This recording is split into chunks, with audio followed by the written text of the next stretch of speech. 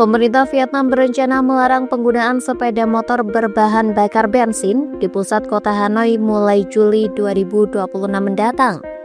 Kebijakan ini diumumkan oleh Perdana Menteri Pham Minh Chinh dalam upaya menekan polusi udara dan mendorong peralihan ke kendaraan listrik.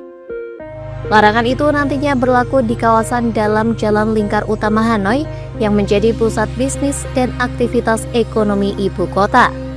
Dengan sekitar 7 juta sepeda motor dan 1 juta mobil, keputusan ini akan berdampak besar bagi 8 juta penduduk Hanoi yang sebagian besar mengandalkan motor sebagai alat transportasi utama. Pemerintah Vietnam menegaskan larangan motor bensin akan disusul tahap kedua pada Januari 2028 dengan perluasan wilayah larangan dan mulai mencakup sebagian mobil pribadi berbahan bakar fosil. Langkah Vietnam ini menuai reaksi keras dari Jepang selaku mitra dagang besar sekaligus investor utama sektor otomotif negara itu.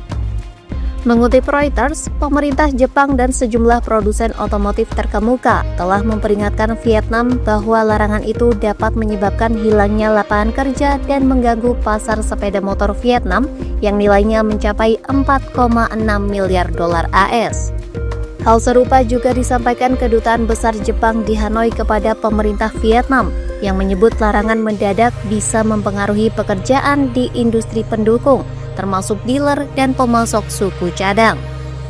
Kedutaan Besar Jepang pun meminta otoritas Vietnam untuk mempertimbangkan kembali peta jalan elektrifikasi yang tepat, termasuk masa persiapan dan penerapan bertahap. Selain Kedutaan Besar Jepang, produsen motor asing di Vietnam juga mengirimkan surat dengan isi yang sama pada Juli 2025.